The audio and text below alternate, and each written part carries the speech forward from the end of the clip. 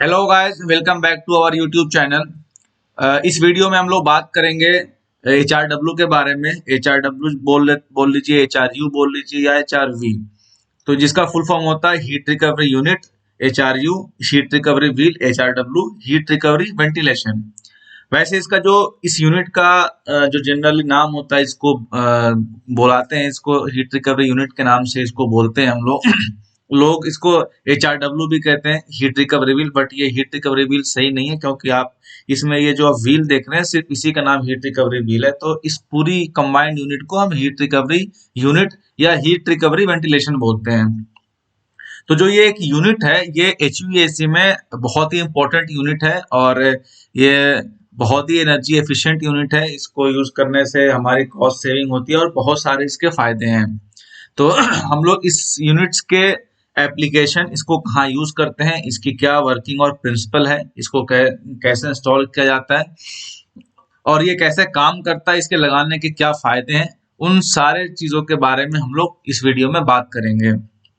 इसकी next video जो मैं आपको डालने वाला हूँ, उसमें इसका एक्चुअल जो हमने असेंबली कर रखा है, जिसका इंस्टॉलेशन हो रखा है, उसकी वीडियो आपको दिखाकर सारे पार्ट्स को उसमें हम फिजिकली आपको दिखाएंगे। और जो उसकी सेकंड वीडियो आएगी, थर्ड वीडियो, उसमें हम आपको इसकी पूरी ड्राइंग दिखाएंगे, जहाँ से जो पूरी डक्ट कैसे जा रही है, कहाँ से एग्जॉस्ट डक्ट आ रही है, कहाँ से सप्लाई डक्ट जा रही है, वो सारी चीजें आपको दिखाएंगे।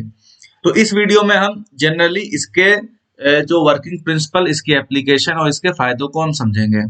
तो जैसा कि आपने HVAC में प्रोजेक्ट में देखा होगा, चाहे आप प्रोजेक्ट करा रहे हो, इंस्टॉलेशन में हो, चाहे आप मेंटेनेंस में हो, आपको हर एक बिल्डिंग में हीट रिकवरी यूनिट आपको मिलेगी। हीट रिकवरी यूनिट हम इसलिए लगाते हैं क्योंकि काफी ऐसे आप देखेंगे हमारी बिल्डिंग्स में, अगर आपने एयर कंडीशनिंग करते हैं तो बहुत ऐसी जो एयर होती है, जो आपको एयर कंडीशनिंग एयर को एग्जॉस्ट करना पड़ता है, आपकी मजबूरी होती है, क्योंकि आप उसको एग्जॉस्ट करेंगे ही करेंगे। तो जब आप उस एयर को 24 डिग्री सेल्सियस ठंडी कर रहे हैं बिल्डिंग में, रूम में जब आप 24 डिग्री सेल्सियस ठंडा कर रहे हैं, उसको ठंडा करने में आप काफी खर्च करते हैं, काफी पैसा आप लगाते हैं, और आप उस ठंडी एयर को ऐसे ही एग्जॉस्ट कर देंगे, तो आपका एक तरह से जो है वो मनी लॉस है। इसको आपको कन्वर्ट करने में, बेनिफिशियल यूज कन्वर्ट करने के लिए हम हीट रिकवरी एनर्जी को, हीट रिकवरी यूनिट को लगाते हैं। जैसा कि मैं आपको बता दूं, बिल्डिंग में आपके टॉयलेट्स होते हैं, अगर आप टॉयलेट्स में भी एयर कंडीशनिंग होती है, वहां की एग्जॉस्ट, वहां की एयर को आप एग्जॉस्ट करते हैं, क्योंकि वो स्मेली ऑडर एयर होती है। आप उस एयर को यूज नहीं कर सकते, दोबारा रिसर्कुलेट नहीं कर सकते हैं, तो उस एयर को आप एग्जॉस्ट करते हैं। तो वो एयर आपको पता होगा, वो 24 डिग्री सेल्सियस पे होती है। आप इस ठंडी एयर को जब वापस एग्जॉस्ट करेंगे, तो ये काफी आपका जो है वेस्टेज ऑफ मनी है। पहली चीज तो ये हो गई। दूसरी चीज क्या होता है कि जब आप 10% फ्रेश एयर या 15% या 20%, जो भी डिजाइन है, फ्रेश एयर आप ऐड कर रहे होते हैं बिल्डिंग में, तो आपको उतनी एयर एग्जॉस्ट भी करनी होती है, क्योंकि जो आपका एरिया है, अगर ऑफिस एरिया मान लें, जो आपने ऑफिस एरिया में एयर कंडीशनिंग की है, वहां पे अगर आपके लोग बढ़ते जा रहे हैं, अगर 100 लोग हो गए, 150 लोग हो गए, तो वहां पे CO2 लेवल बढ़ता जाएगा।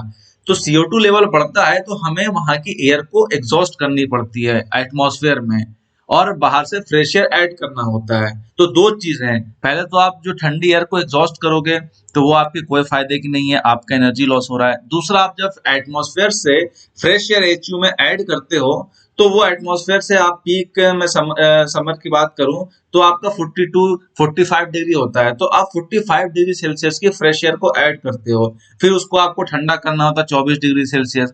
तो उसको ठंडे करने में आपको काफी जो है मनी वेस्ट करना पड़ेगा, आपको चिलर्स का जो है साइज बढ़ाना पड़ेगा, HUs के साइज बढ़ाने पड़ेंगे, कॉइल के साइज बढ़ाने पड़ेंगे। तो इसमें क्या होता है, आपका जो है कॉस्ट बढ़ जाता है। तो उन सारी चीजों को मिनिमाइज करने के लिए हम हीट रिकवरी यूनिट लगाते हैं। ये क्या करता है, जो भी एयर, चाहे वो एग्जॉस्ट एयर हो, चाहे वो टॉयलेट एग्जॉस्ट एयर हो, उन सारी एयर की हीट को हम दोबारा यूज करते हैं। अब हम दोबारा यूज कहाँ कर सकते हैं, HU में तो रिसर्कुलेट नहीं कर पाएंगे, क्योंकि ये ओडोरस एयर होती है, और एग्जॉस्ट एयर में CO2 ज्यादा बढ़ा हुआ है। तो हम क्या करते हैं, इस एयर को बिल्डिंग से लेकर बाहर ऊपर टेरेस पे लेकर जाते हैं। अमूमन हम HRU टेरेस पे लगाते हैं, और इसमें एक हम अरेंजमेंट बनाते हैं। इसमें दो शेल होते हैं, दो सेक्शन होते हैं। आप एक सेक्शन देखेंगे, एक एग्जॉस्ट एयर का होता है और एक सप्लाई एयर का होता है। और ये जो दोनों सेक्शन है ये एयर टाइट होते हैं। आप देखेंगे यहाँ से ये एयर टाइट होता है, ये पूरा एयर टाइट होता है, ये पूरा एयर टाइट होता है। इससे क्या होगा कि यहाँ की एयर और यहाँ की एयर, मतलब जो फ्रेश एयर है वो कभी और एग्जॉस्ट एयर है, ये आपस में मिक्स ना हो जाए। अगर ये मिक्स हो जाएंगे तो हमारा पर्पस सॉल्व नहीं होगा, क्योंकि इसमें फिर से वो स्मेली एयर आ जाएगी। तो हम क्या करते हैं, डक्ट लगाते हैं, बिल्डिंग से जो एग्जॉस्ट एयर और टॉयलेट एग्जॉस्ट एयर आ रही है उसको हम लेकर आते हैं, ब्लोअर के थ्रू सक्शन उसको करते हैं और उसको एक व्हील से उसको हम पास कराते हैं। तो ये जो व्हील होता है ये एक ऐसा मटेरियल से इसको हम बनाते हैं जिसकी हीट कंडक्टिविटी बहुत ज्यादा होती है, आसानी से हीट का ट्रांसफर इसमें हो जाता है। तो जब ये 24 डिग्री की एयर जो हम इसमें एग्जॉस्ट कराएंगे इस व्हील से, अब देखेंगे ये पोर्शन है, ये आधा पोर्शन व्हील का है। अब जब यहाँ से एयर गुजरेगी, पास होगी 24 डिग्री सेल्सियस की, तो ये व्हील को ठंडी कर देगी। अब जब ये व्हील ठंडी हो जाएगी, सपोज मान लो 30 डिग्री 32 डिग्री, ये व्हील आपका ठंडा हो गया।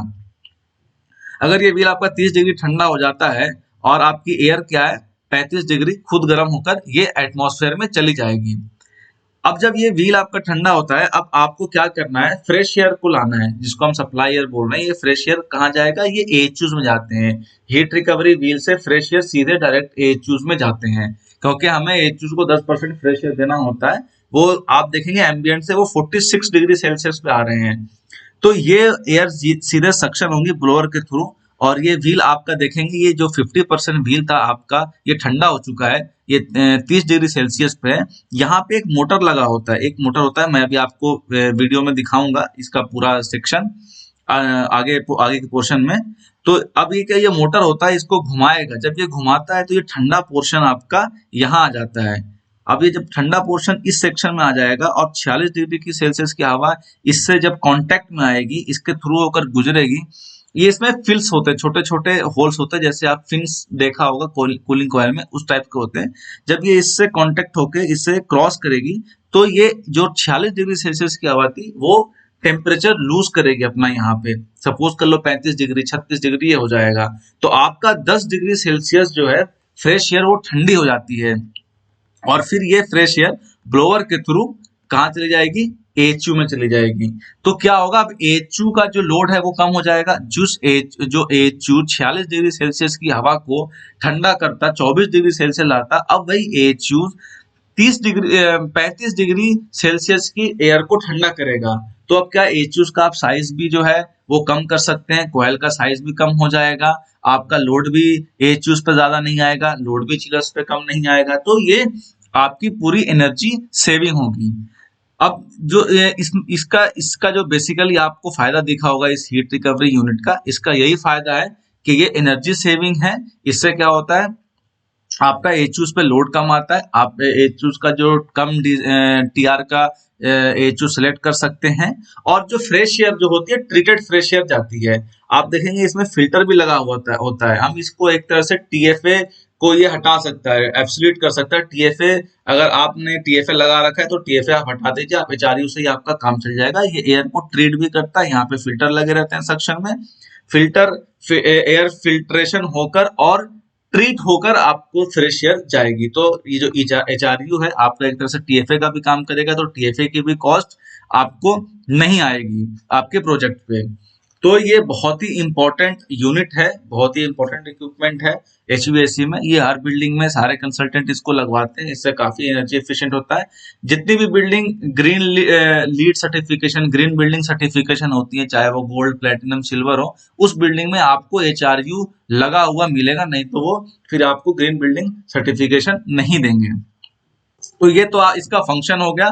आप देखेंगे इसमें 2 ब्लोअर लगा रहेगा, एक एग्जॉस्ट का ब्लोअर रहेगा, एक फ्रेशर का ब्लोअर रहेगा। उसके साथ साथ इसमें वीसीडी दिया रहता है इसको एयर को कंट्रोल करने के लिए।